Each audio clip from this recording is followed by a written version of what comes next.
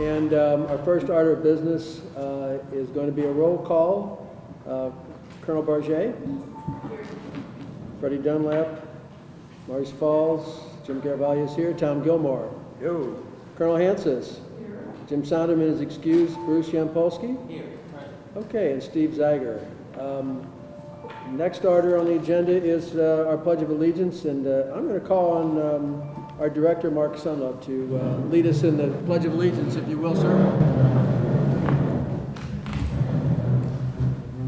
I pledge allegiance to the flag of the United States of America and to the republic for which it stands, one nation, under God, indivisible, with liberty and justice for all. Thank you, sir. I want to, depart from our agenda for just a second to take time to commemorate a very special day for Mr. Tom Gilmore. I hear it's his birthday today, and he's 39 again. Yes, and it's still counting. Ask all you to wish him a happy birthday when the time comes. Do you think we should sing? Do you think we should sing? Sure. I think we should sing. I'll join in. All right. Okay, ladies, you have to lead. Happy birthday to you. Happy birthday to you. Happy birthday, dear Tommy. Happy birthday to you. And many more. And many, many more. Okay. Do we have September 20th minutes? No. No? No, no minutes. No minutes to approve. Okay, well, I'm going to turn the meeting over to Mark right now for an introduction. I don't know, the minutes are supposed to be taken by somebody in the city. I don't know about the last. We've got that now. Starting in 2019, we got that covered. So since we last met, I was, I think, 10 days on the job on September 20th. And then I think a week or two after that, we hired Mike Venso. Mike came on board after Patrick Alley, which I'm sure some of you remember, was the curator of military and firearms. Patrick left us in August, I believe. And then we were fortunate enough that Mike was willing to join the team. Mike came to us from Jefferson Barracks, a lot of history work in the community, countless different connections to community members, and then a really deep knowledge of military history and really, I would just say, history of St. Louis in general. So, Mike, I don't know if you want to say your own introduction. You did pretty good. But I'm pleased to be here. It's been nice to join the team, get to know a lot of new folks and reconnect with a lot of folks that I've known before. So yeah, we've got a great team assembled here at Soldiers. We worked very hard to get the building open, the exhibits in, and we're still tweaking a few little things and looking ahead to a bright future. So I look forward to working with all of you. Well, welcome aboard. Thank you. Welcome aboard. But I'd just like to join my thanks to both Mike and Mark for when they came on. We were just starting to really hit the ground and getting the exhibitions installed, and they were here 9 o'clock at night, 2 o'clock in the morning, whatever it took to get it done. And Here, here. really proud. Okay, moving right along, a report on the Soldier Memorial opening. Dr. Levine, I imagine you and Mark would take I that think one. we'll switch off on it. We, at your places, we've done this little commemorative package for all of you. So there's a box here with all the different pins. So we had a pin that opened the grand reopening, and then we had one for Veterans Day, and another one that we gave out on the Thanksgiving Day parade when I had the thrill of riding the convertible and waving. Quite lovely. So these are all for you. And then Thank in you. the folder, we also gave you a set of programs and cards, and also the first aid cover for the copy stamp. So this is just a little bit so that you will each have one of these for your own museums. Well, this is a great keepsake. Thank you so much. Well, it was a terrific opening, and I have to say that most of us were awake for it. You know, it was one of those openings that it wasn't flawless, but it was perfect. And I really have to thank all of you who worked on that committee to get everyone seated, to get all the speakers, to make sure that we had flags going up at the right time. Judith, I was so grateful that you were able to read the president's speech from the original opening. Me too. And it was too cold, you know, I couldn't have.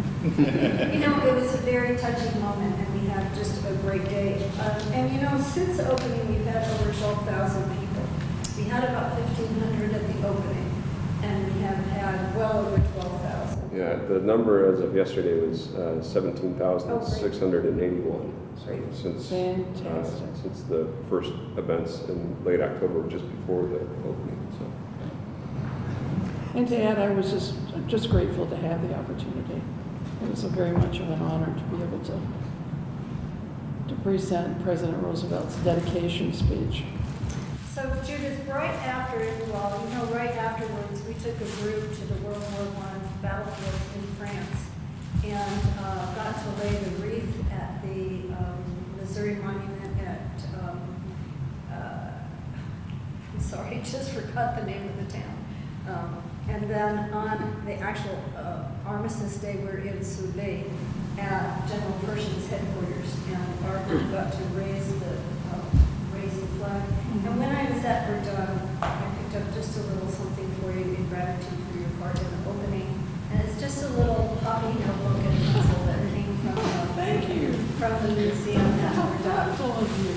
Well, you know, I know that that you all worked hard and you trusted in us, and I was very grateful that it all went so well. We were the Americans at Soulé on November 11th, and our group was just amazed to be treated the way we were. I got to lay the flowers at the monument. We got to tour General Pershing's headquarters, and then they had a celebration with American jazz, and they had me light this thing, and I didn't know what it was. It looked like a shell casing, but it was made of chocolate, and you lit a fuse and it blew up, and it threw toys and candy and things all over the room, and then they served food. And I got to shoot the gun to start the 5K race, except I didn't know that you had to cock the hammer, so I got to start the race a second time. False start. You know, false start, I thought it was going to be an automatic weapon, and they said, yeah, just like an American. So, but it was a very, very meaningful experience to follow on the opening, and then we brought the 12 people who went to this transcript back here. When we got back, and Mike did a tour, and it was so meaningful to us. We had walked at Vercors one day in the rain, in the mud, slipping and sliding, and when we saw those pictures downstairs, we saw those craters that are still on the landscape, it was very, very moving. So I think this museum has touched people in a lot of ways, and we take it as a great responsibility and honor to do it. I'm still hearing people comment on the Rocky Sickman piece that Channel 9 did, and you guys have such a wonderful connection there. And it's still running. I see it every once in a while because I watch a lot of Channel 9. And Lee has produced, Lee and her team have produced more, you know, we use as a tagline, find yourself here. And so we're kind of turning that on its head now and looking at who has found themselves where. And she's done some wonderful footage in the museum with people finding their family stories. So it's great. So, I don't know what. great. Yeah, just for the interest of those of you who would like to know the numbers, the donors reception, which was pre-opening, was approximately 400 people. The staff reception a couple days later was 350. We estimated the November 3rd event at 1,500. The Veterans Day event around 7:15 and stand down. Bob, you can probably give me a better number, but I think we were saying 50 to 75 veterans were able to come in and get medical and legal services. Right, of a total of about 170, so Right. about a third of them came into the building. And we had a meeting yesterday talking about continuing that legal and medical services here at Soldiers into the future, so that's a good thing. And then, like I said earlier, as of yesterday, a total attendance was estimated just over 17,000. So it's been good. As far as operations, I believe that's next. Yeah, operations, exhibits, and programming. The next bullet on the, unless there's more to say about opening events or questions that we definitely would field. No, go ahead. Okay. So then, just a little bit of information, not inclusive, not totally inclusive, but a report on operations, exhibits, and programming. So far, we've had a couple of different public programs. One was held in the Taylor Assembly Hall. That was me with Karen and Eric Biggs and Michael Frey, who did the mosaic, the Gold Star Mother mosaic in the loggia. And that attracted about 50 people to come listen to the process of the renovation and the challenges and the rewards of that. And then Sunday, after that terrible snowstorm just a few days ago, we hosted a Women in World War I presentation. We had planned to bring in a speaker from the World War I Museum, the National Museum in Kansas City. The weather kind of put that to a halt, but Marvin, who I'm sure most of you or all of you know, did a great job of Skyping that speaker in and then having her slides up on the show. Had this typical kind of not excellent audio quality of a Skype thing, but I think it worked out pretty well. Yeah. But you made it happen. Yeah, we were proud of ourselves to not really as tech guys to make it happen. So it was good. And you are all invited on Wednesday, the 23rd. This has just kind of come up on us within the last week and a half or 2 weeks.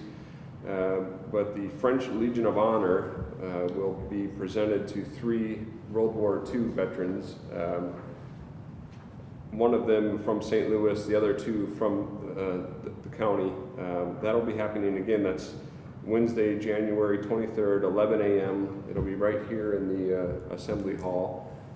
These 3 proud veterans will be receiving the French Legion of Honor.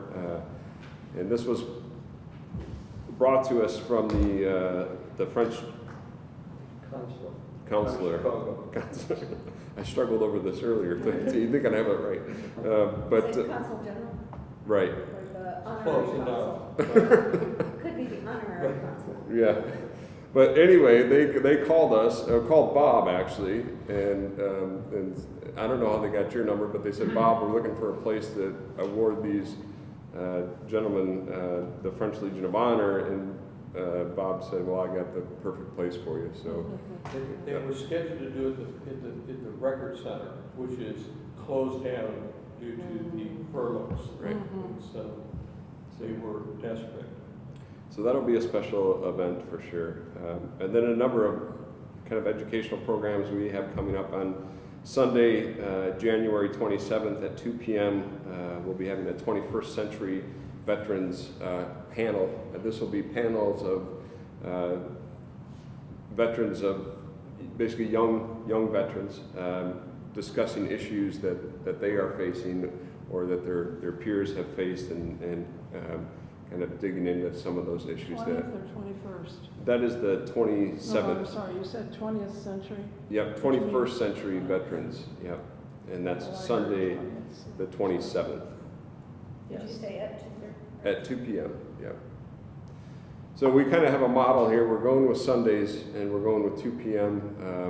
We're basing most of that decision on the ease of parking, daylight hours, things of that nature. We think that that's a time and day that work best for most potential guests. That's worked very well at the History Museum as well, that Sunday afternoon about 2 people feel like they're ready for it. Right.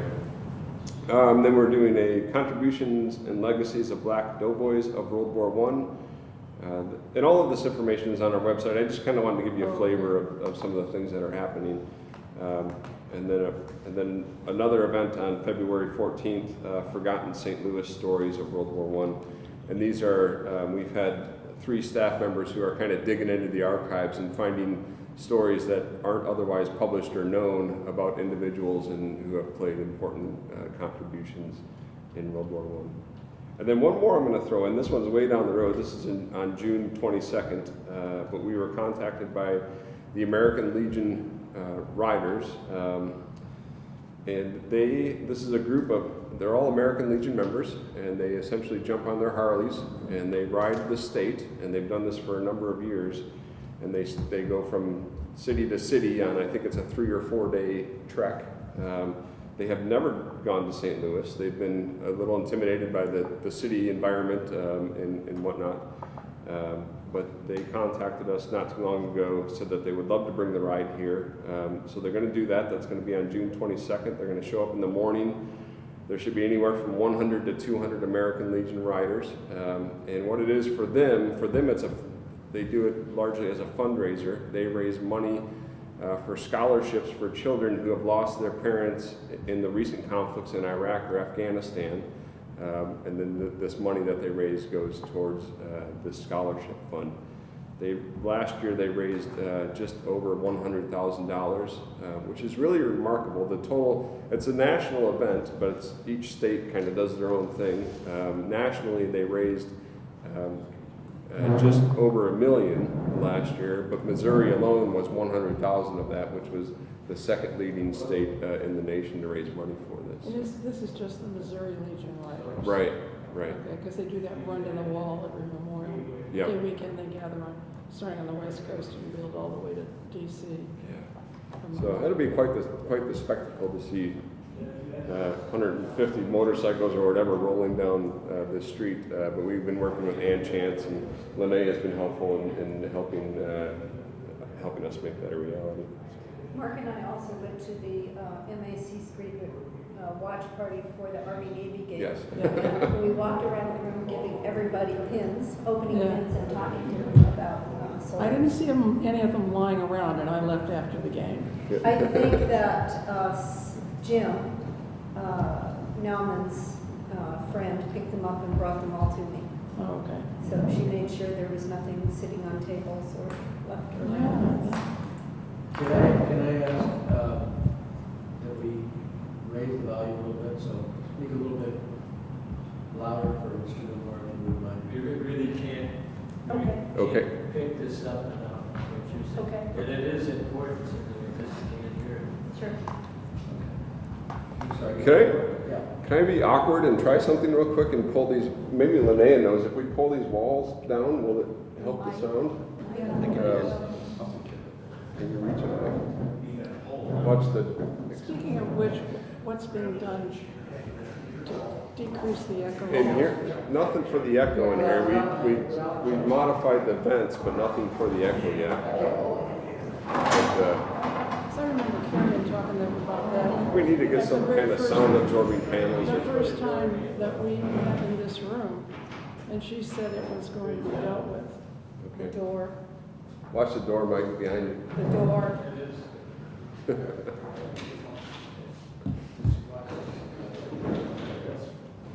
Where's the hook? Where's the-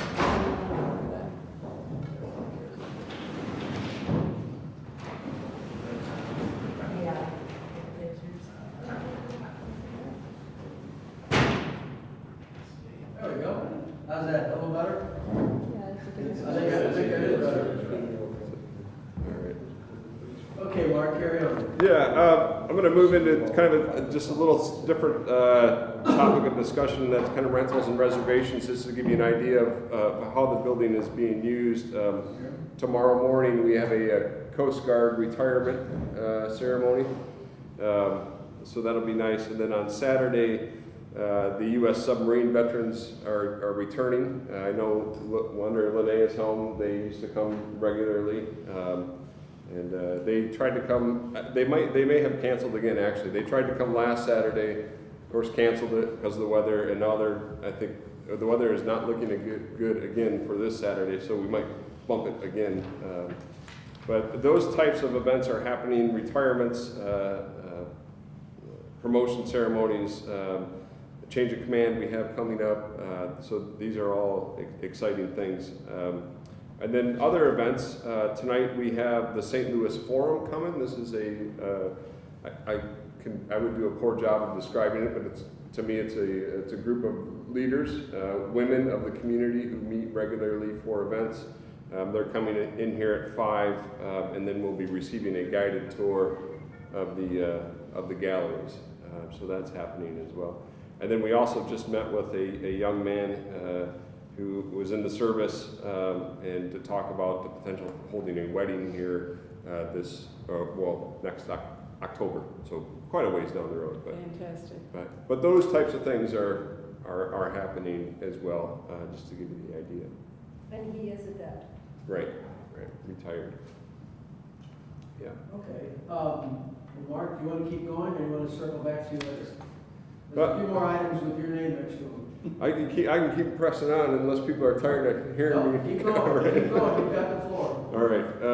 The status of the conservation work, the last large piece of conservation work is protection of the outdoor memorials, and we budgeted for that with it's essentially a coating of a sort. I would do a bad job giving a technical description of it, but the idea is it protects the sandstone from graffiti, should that occur. Heaven forbid it does, but it kind of puts a layer on it, so it's a reality if these there's days. yeah. So if there is graffiti, then it's more easily removed and cleaned. Then I will pass around both of these. These are the Giving Circle and the Brick Program. Don't we have those? Are they might be in your? Are they in your package? The Giving Circle. All right. Well, we won't pass them around then. Yeah, we do. Thank you, Yep, Judith. yep, All right. one of each in the Yep. packets. So those two programs, I'll give a brief description. The commemorative bricks are right on I call it the South Plaza, which is the area between the building and Chestnut Street. There's a kind of a grid of these 7.5-inch blocks there that will be inscribed with the names of name, rank, and branch of individuals who want to contribute. And that's all part of raising additional funds for operations. Couple more. I give them out at meetings. So Mark, do all the contributors have to be in the veterans' names, or can it be private contributors like myself? I think the only thing they're putting on the bricks are the names, but Okay. you could do a brick in honor of somebody. Right, so like my father was a World War II sailor, so I could do that. Yes, Perfect. absolutely. Good to know. Yep. And then the Giving Circle. You could do more than one for it. Yeah. The Giving Circle, there's a description in there, but this is basically an additional fundraising effort. You know, more so, it's also a membership effort, because what it does is it allows us to capture the group with a specific interest in soldiers, and then have events strictly to that interest group. So it's worked really well. We've done this for the last several years at the History Museum, and we did one for the 1840 Society, or the 1866 Society, when we had our anniversary in 2016. We did one for the 1840 Society in honor of the book that Chris Gordon wrote about death, fire, and pestilence, 1849 in St. Louis. And then this year we're doing the 19 teens. And so then we do programs around those specific topics. So soldiers will always be doing membership events around the topics that relate to the exhibitions and programs here. Yeah. So it serves as a really good interest group. Yeah. And special tours and yeah, do that. So.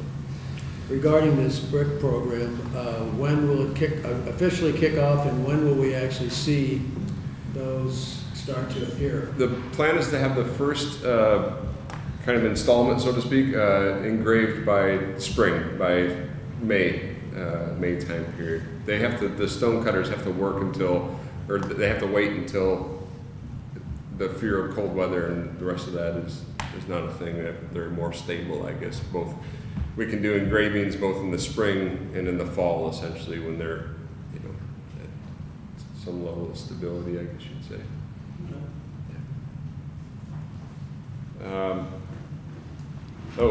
I passed over the acquisition committee. I have the annual report. These are all of the accessions into the Soldiers Memorial Collection in 2018. So I'm not going to go through each of these, but you needed to have a copy.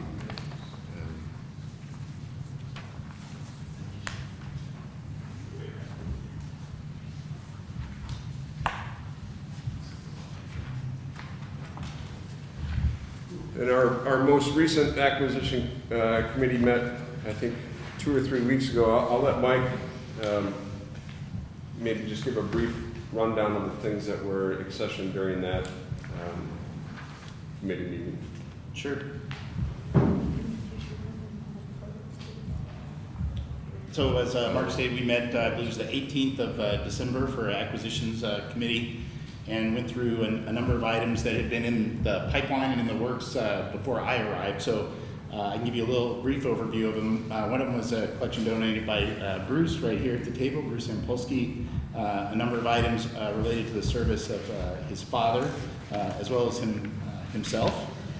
We had a Foot Locker that came to us, was associated with the son of Terry Hobson, who's a local woman who's very involved in the Gold Star Mothers organization, has since moved out of town, but a lot of items that belong to her son, who was in the United States Marines. There's also some items from the National Guard service of Bill Porter. He's been in the National Guard here locally, I think it's over 30 years. We have a couple of those pieces that he donated in the exhibit today that are there. He continues to make some small donations of different items that help talk about contemporary service for a lot of the veterans. And there was a donation that we tabled at the meeting, and then we've done a little bit more review on. There were some items, primarily photographs, that were found in an American Legion post, former meeting site for the Polish Legion post that was there, and also the Polish Falcon Home, that appear to be largely images from the conflicts in the Philippines. So we're doing a little bit more work on those, and those will come back before the committee when we meet again. And there were, I believe, 2 other oral histories, one by Cottrell Fox and another one by Marshall Phillips. And so those are continuing to get processed by Julia Locker, who's our oral historian. And as they go through that process with the captioning and cataloging, then those will be ones that will add to the oral history interviews that you see throughout the museum. So it's kind of a nice, living, dynamic part of the collection. We can really bring those stories out and hear veterans' voices directly. Is she still doing the video? Yeah, so Julia's been secured Funding for. for Julia. Yeah, that's funny, doesn't it? Yeah, I didn't want you to think we had Julia tied up somewhere. But yeah, that funding has been secured, and she'll be sharing her time between soldiers and MHS. Okay, because I still have this one, well, 2 guys really from World War II that I'm trying to Excellent, yep, get. yep. Even That work will continue, yep. I would ask, as part of looking at acquisitions and displaying additional things, we really appreciate, and the exhibit regarding the number of ships that have been have been named USS Missouri, that's been at 1520 Market. That exhibit has drawn a lot of attention. It's really appropriately placed, but the latest version has been launched of that ship, and I'm wondering if we couldn't come up with something different, new, that would fit along that wall. It could be in a lock case. It could be something standalone like the Jeep. USS Missouri or USS St. Louis? St. Louis, I'm sorry, it's St. Louis. But I'm wondering if we can continue the interest there with our archivist upstairs, you know, if they couldn't select something, or you have something here. You know, we don't have any artifacts, we have a lot of photographs of the USS. Well, what I'm saying is that would be a great way to advertise. You want to see more? You're right across the street from it, that kind of thing. So you're not speaking then strictly USS No. St. Louis, you can talk- No. We're saying that was the display that was put on, was put out probably in the spring of 18. And we understand that the USS St. Louis has been launched, and it spoke to all the other ships in the Navy over the course of time. It was really interesting to read those panels about the history of the name of, you can name it anything, but why they named it what they did. And so I just thought that as we roll forward, you know, into the spring, and it could be to any conflict, it could be to any, it's just representative of something that people who draw their attention and perhaps pique their interest to come across the street. That's all, because so many people come in and out of that building. Update to that exhibit that directs you here.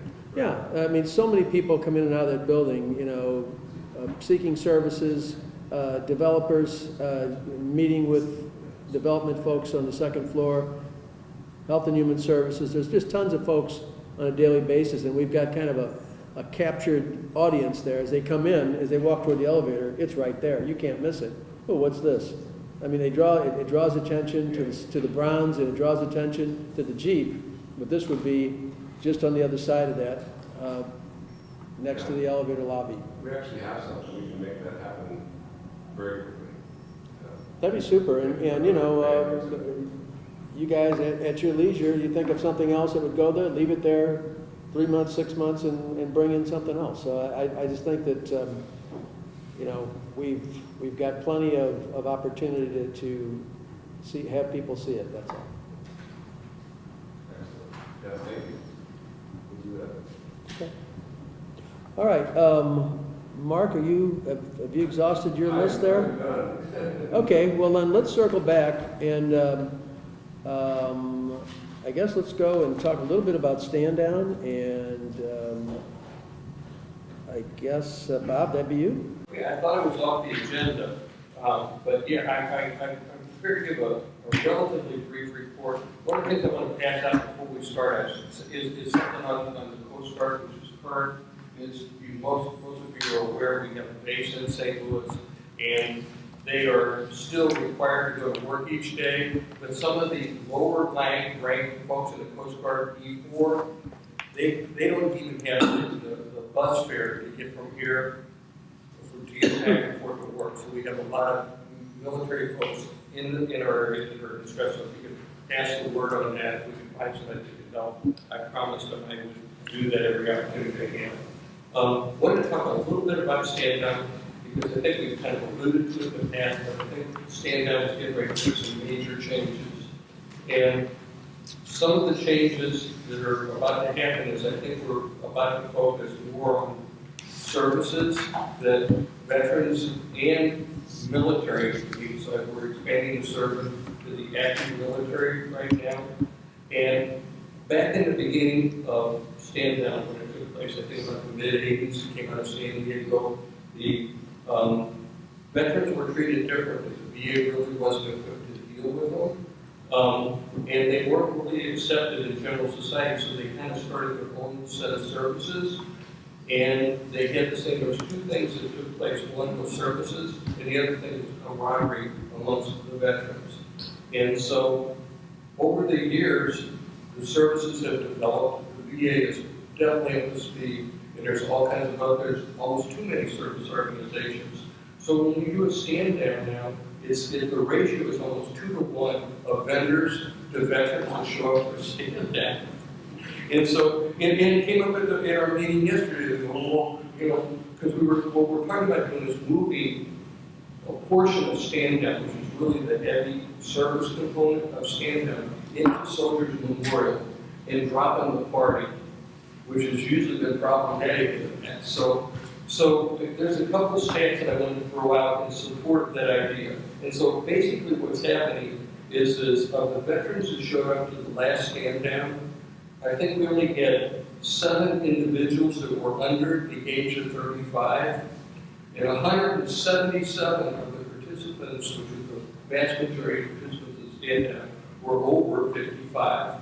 So we're still dealing with the Vietnam era, and we're not getting people that are coming out of the military now. So we're kind of putting stand down in itself, as it is right now in St. Louis, is becoming obsolete more and more. And the folks that are being served that come to stand down are already being served by the VA and other groups.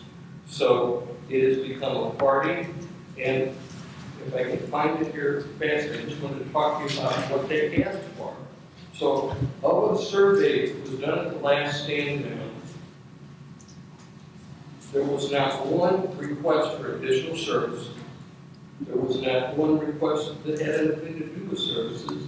And what they asked for was more barbers, more parking, suits, more variety of food, give us boots, barbers, lunch, barbecue instead of chicken, have a band, more organized lines for surplus, more armbands for family, and more stuff for people. So there were no requests for additional services, and everything was more stuff.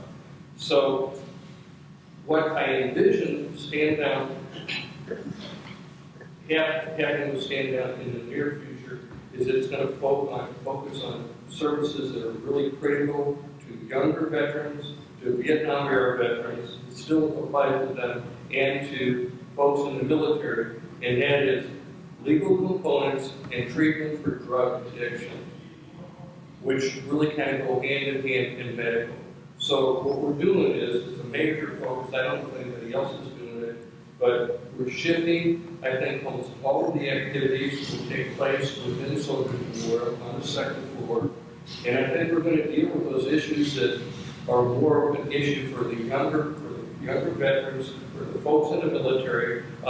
We've already talked with the Coast Guard hypothetically about some people that are being pitched out of the military now for very minor offenses, very minor offenses, which they would like to see us work with informally. So when you say being here, you mean during the stand down type of event? Well, not maybe not, because the VA may do a stand down, and we've certainly invited them to do a stand down outside over there. But I don't see us being, the city of St. Louis will not be involved in a lot of stuff that we have in fact. First of all, Human Services lost the grant that covers it, and the other thing, the other services that the city provide, the parts that were getting really expensive.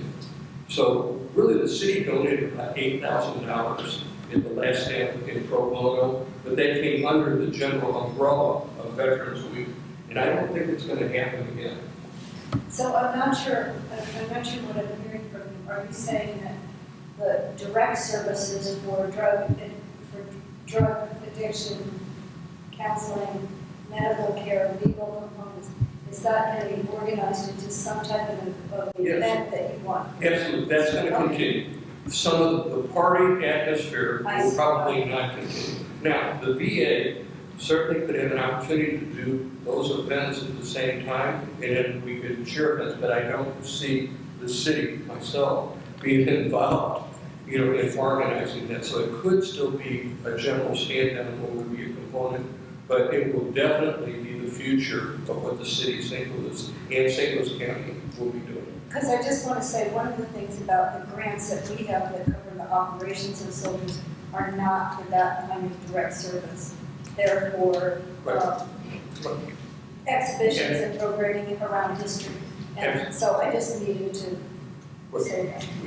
It will be a shorter period of time frame. We will blitz it. The city courts agree to participate, and we're looking to get the county courts involved too.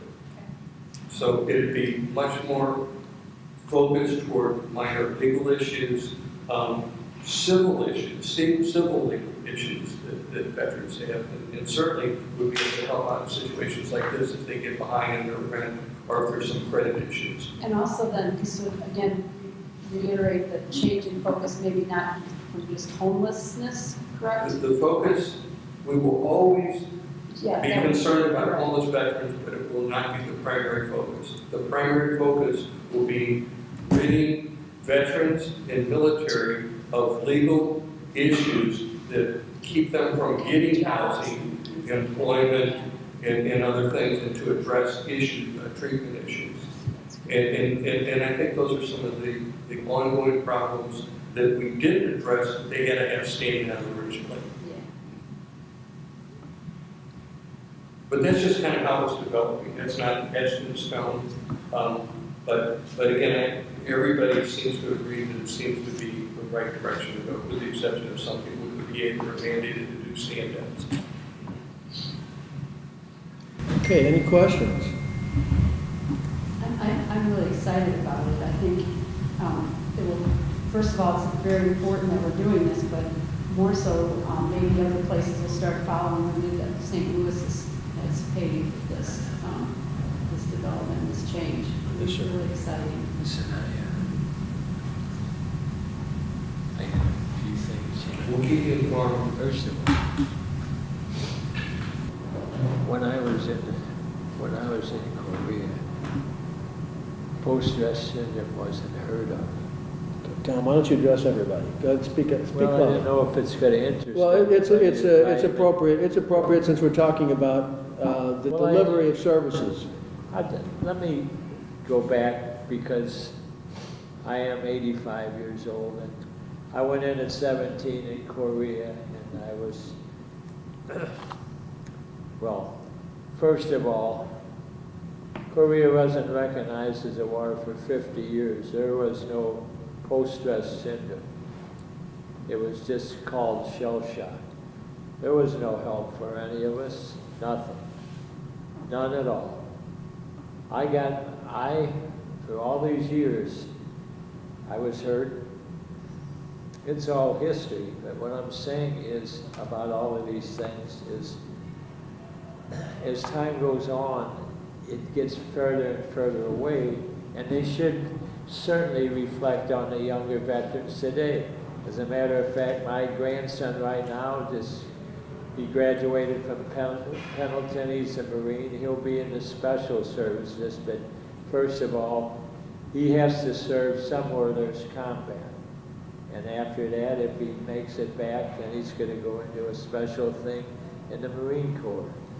But as you look through the times, and what I'm trying to get to is, as he speaks of these people, it has always been a problem.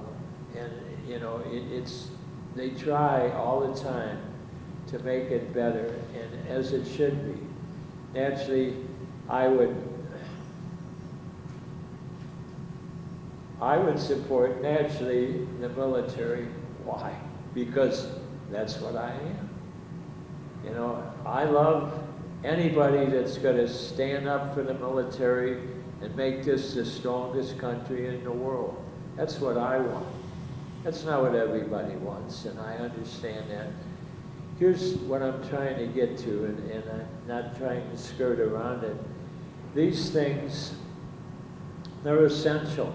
There's many things that happen in the military, in combat, at different times. And one individual, it doesn't go anywhere. It just depends your situation, where you were, how fortunate you were, that type of thing. It goes on, and our country is the best in the world. And the military, every guy, there's anybody that's not reached or overlooked deserves just the same as anybody else, you know. And I'll give you an example. Just supposing that it's somebody of a high rank, we need those type of people. There's no question. The average guy that's in the trenches, he's entitled just as much. If it wasn't for him, what would the rest of them be? He's the guy that's out there doing it. It's just something that I want to make sure that everybody understands here. You know, I was at the last thing for our veterans, and at 85, I'm one of the youngest. Some of them are still in their early 90s and they're still living. And to this day, there's guys still that have to fight, that have to get legal representation just to be recognized. And that shouldn't be that way. It just shouldn't be. This is what this building's about. It's the Soldiers Memorial. What does that mean in a layman's English? To remember. That's what this building is about.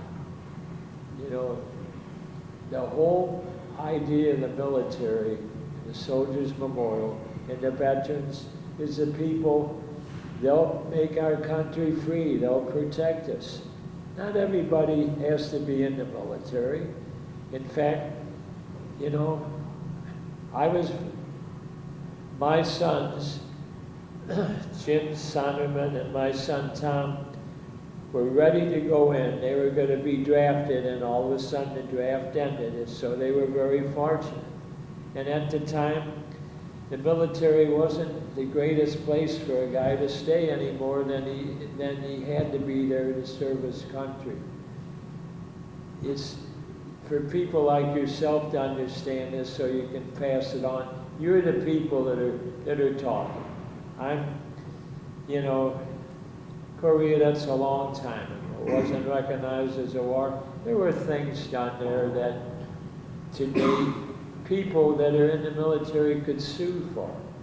And sue anybody then, you know, you just survived. We're talking about the USS Missouri not long ago, weren't you? The battleship. St. Louis. Oh, the St. Louis, that's a whole different story, yeah. I was saying in Korea, they saw that. I was right on the beach at the time, and they were firing overhead into Korea. And those things are all history today. But to remember them is what it's all about. So anything that you can put here, where people can read about it, recognize it. Maybe one day, I'm a great-grandfather, if you can believe that, 8 times. Hard to believe, but what I'm saying about this, all these people are going to see this memorial. And the memorial is there's for them to remember these things. That's what it's about. All these things that can be implanted, programmed. You can go online right now anywhere in the world and you can access anything that's happened to you or your family if it's in there. So it is important to us. You know, I don't mean to talk too much because the time's running out for all of us. But all you people, if you could just keep that in your mind. You're a gentleman who would know something about that. Your father, obviously. World War II, there was guys that served right with us, our chapter. They were in World War II, Korea, and Nam. Yeah, I mean, today that just wouldn't happen, you know, and they had nothing to serve. And some of these guys, they were even injured, they were wounded. And it didn't, when I got out, I wasn't quite 21. After all that, I had to go down and register for the draft. And I thought, am I going to go to Nam? I hope not. I'm honest about it. I did enough, and I didn't have to go. But just, this is for you people where you can pass this on, you know, and people, everybody, we go back, I don't go to my family beyond this generation or two, but it's for younger people and people like yourself that are running these things today. You have to pass that on and make the most of it as you possibly can. You know, that's going to be terribly important. I'm right here because I'm happy to be here. It's my birthday. Actually, I'm 85. That's how old I am, you know. Well, I was wondering if you were going to tell us. You going to dinner tonight? You got big plans? What's it? Big plans tonight? You know, my plans are being with my wife. That's big plans then.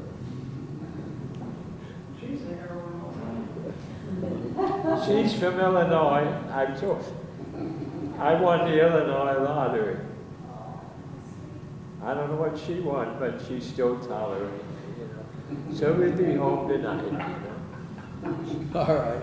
Well, Tom, thank you, and, It's good to be here. well, we're glad that you are with us. So, Bob, any more on stand down then? No, that's it. Okay. We'll keep you informed. If something really important comes up, we'll send out a memo. Okay, well, next thing I'd like to cover is the Regional Veterans Day observance. Dr. Levine, anybody who wants to kick in on that? I have to. Colonel Barget, I know that you, Colonel Hansis, everybody, just chime in. I don't know what's coming up next. I was gone this year for it, so somebody else. Oh, are you saying what occurred? Well, just a report, if you have a report, along with Colonel Hansis on the American Legion's District Veterans Day ceremony as well. Anything that, of interest that you want to note for this meeting? It went well. The same program as usual. The speaker was lively, Good. and it's a possibility that I might be working on getting him again for next year. Who was his speaker? Marine General John Broadmeadow. He's over at Scott. There's several commands over at Scott that are unified or purple, I call it. In other words, all branches. Very personable, very knowledgeable, communicated well, I think, to the crowd. And there's a possibility he may actually be doing it again. Otherwise, one of the people, have we ever had Rocky Sickman be our main speaker? The only time I can think is. That's something that we ought to. Yeah. Something like that back. Well, that's long enough ago, we could do it again. Well, yeah, I mean, we haven't done it in the last Yeah, 10 years. but certainly had a nice crowd. I was wondering about the count. It wasn't as big as for opening day, but it was far better than usual. So the number that I have is 716 for Veterans Day. Who actually came in or who were in the crowd? Total attendance for that day. Really was rewarding to be where you could see a lot of other people around instead of just the people at the ceremony. And I didn't hear whether the parade had any better attendance than usual. Did anyone else? No, it was a different. Was that the Thanksgiving parade or the Veterans Day? Veterans Day parade. And it was actually too cold for me. I wasn't able to be out in it on the Veterans Day parade, but I did get the speaker over here. Then had to see what I could see from whichever of the TV stations broadcasted. That formula that we've been using for a long time does seem to work very well for the program. We just have to find ways to publicize it in advance because it's not happening in the St. Louis media. You guys are very good at getting access to that, so perhaps you could help us get better publicity for the Veterans Day Parade and the ceremony. Is the ceremony here? On the steps, yeah. On the landing, the patio, whatever we're calling it. And the 11th and 12th District one, that's actually on the day of the, Yes. on the 11th itself. And that was a very good ceremony too, that was here. It was cold, but it went very well. And Mike Klingman and Melanie did a very good job of organizing it. Yeah, it was good. Well, there were also a number of groups who did the flag raising and lowering in the weeks between opening and Veterans Day. And my post was one of them. And we really appreciated the opportunity. It was beautiful in the morning, a little chilly. In the morning it was raining and ugly and nasty, and the guys wouldn't let me help with the flag So I just took pictures of them fumbling all over the place in the rain. Got even with them. And then Post 422 helped us because at the last minute, we had 2 strokes and a heart attack, and the guys who were going to help us do it. So we got some good help from Mike Lehman and Post 422. But in the evening, then the sun was out. It was a beautiful sunset. It was a joy to bring the flags down. But that was a really nice touch, and I don't see why we couldn't do something like that around Veterans Day every year. I bet we can, maybe even Memorial Day. Yes, I think that would be another good time. Okay, I guess we've exhausted almost all of our agenda for today. New business or announcements anyone else has? Okay, well, I've got a question, and that is, we've heard some great things about the opening and everything that's occurred subsequent. Is there anything that you would like to report or just comment on that is not meeting expectations or is falling short of what you would have expected, or things that you are finding? Yes. I have one little thing. I had always envisioned some kind of very small, no big deal, even a kiosk that would have things like this. Sales kiosk. Sales That's kiosk. coming. Yeah, that's coming. So the target date was January 28th, and we hope to still meet that. But it will be in that lobby entrance area near the where you you're greeted when you enter the building. Yeah. Our Doesn't shop has been ordering the items, and then I think we're fabricating the Right. structure. Right. Well, I hadn't heard anything about it, and it just seemed to me that we're passing up an opportunity Yeah. to get out more in the community, things that people would see that would remind them about Soldiers Memorial. And we also have it at the History Museum. Right. There's a kiosk, not a kiosk, but a table and In there. materials there, and the kiosk itself is being manufactured. Okay. Fantastic. We have great coffee mugs. I will tell you. I saw that, that's right. Yeah, and so those have come in, and I think caps. Yeah. Caps, coffee mugs, pins, a couple Yeah. different things that are It's a ready. couple books. I think. No cards? What? No No cards? cards, we'll find out. What kind of sales do you have over no cards at the museum? Actually, quite good. See, I'm If thinking- you all want no cards with the Soldiers Memorial on it, we did a number of them for thank you notes Mhm. that we sent out. So if the commissioners would like, would you like no cards with soldiers' images on it? Sure. That'd be my gift to y'all. We'll do a little box of 6 or so for each of you. Yeah. That, The first ones are free. After that, when you oh get yeah, I to was gonna Independence say, City. I'd be glad to make a donation. Okay, we'll put together something. Okay. I don't know that you have enough here, so let's do it for the next meeting. I'd like for whatever it is that we have to, and the sales to at least cover the cost. But the main thing would be getting things out into the community that had the logos, the this, the that. Okay, that's fair. We'll get you those note cards and Pens. Yeah. Well, the best thing for that is T-shirts. Sell them cheap, and people wear them everywhere. Seriously. Yeah. But anything else that you want to bring to the attention of the commission that is not what you think it was going to be, or anything short that we could possibly address? I think we need a little help from the city with the parking.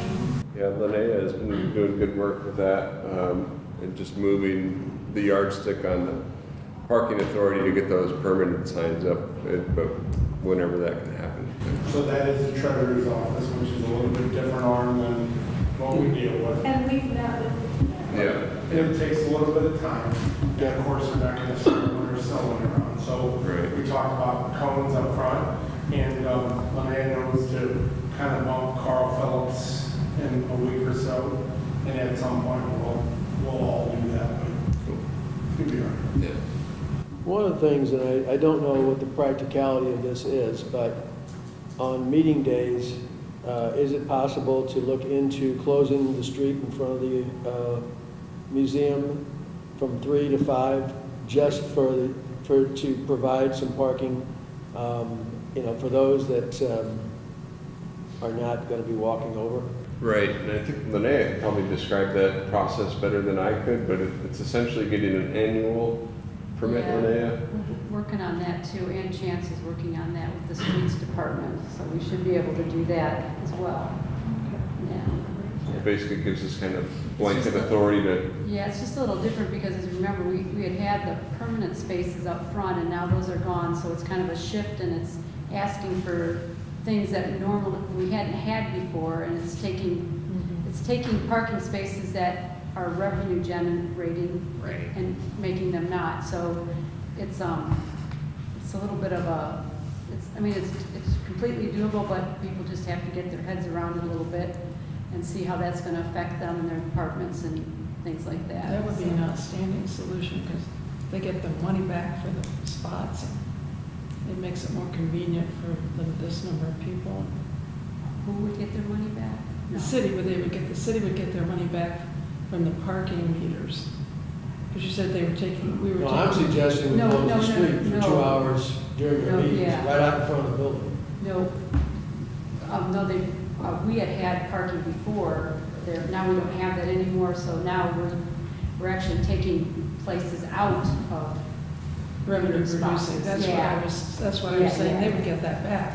But you're talking about on the commission days. Yeah, like from 3 to 5, we would be able to cone off the street at each end and allow for the commission members to park with a permit in there, like we used to have. We used to get permitted parking just for the commission meetings. Rich, is that something we should take up with Carl or? So that would, I think it's simple, letter to the street director, just laying out the commission meetings for the year and saying we would like to do this. I think it's better if it comes from you since the commission is sitting. It can, but. Well, they've already been working on this It's already, fine. so I'd rather not, Yeah, we can make that happen. Yeah. For some hours, I don't think that's, we don't. Note that down, and we'll get that done. Well, what we had been working on, and we have been working on, is, because it's not just this meeting, right, there's other meetings that happen here too, is that we used to be able to have extra parking when we had events here. And so the goal was to do that as well. So like if you have like American Legion, promotions, I don't know, new officers, something like that, that you could actually have parking as well for that event by closing off this front area. And that's what we've been working on, so. I would just plan on, for the commission meetings and for your events, just phone it off. And we'll just provide a schedule to the street director and say, we need to close during these times. It's that simple. Okay. Anything else? Yes. Okay, sir? Have many of you people ever heard of the Honor Flight? I'll tell you what's taking place with that. It's big, and St. Louis is one of the best because the way it's done. I had the privilege a few years ago. There was a fellow on there that was 98 years old. That's amazing. But here's the thing. If you see a way to help that along, I'd ask you sincerely to speak it up, because it's just magnificent to do that. I probably never in my life would have ever went to Washington. To see Arlington. Okay. That's incredible to see that. Are you thinking about encouraging donations to the program? You gotta speak up, and I'll tell you why. I'm in the process, the VA's getting me something, all of a sudden, my hearing's going, Go ahead. Are you thinking about them requesting from people contributions? Or are you thinking of them encouraging veterans to go? Well, both, of course. There's people, for instance, naturally what we did, it's only been going 10 years. It's not, so I wanted all the men from World War II to go first, or even a few before that, as they should go. And we wanted naturally the combat veterans to go first. That's not being unfair, it's just the way that it should be. And then when there's room for other people, they'll go. If there are veterans that know that they've only got a few weeks or months, then we pull them ahead. But you'd be amazed how many there are. I mean, they're not gonna, it ends in the fall and it starts again in the spring. They're not gonna make it, you know. So what we do, they got people, excuse me, they got people on there that can do anything. They go with you, they got a nurse on there, a doctor, they're, anything that at all that can go wrong with them, man, they're there to take care of them. So it's just, it's unbelievable for people to see that and appreciate it.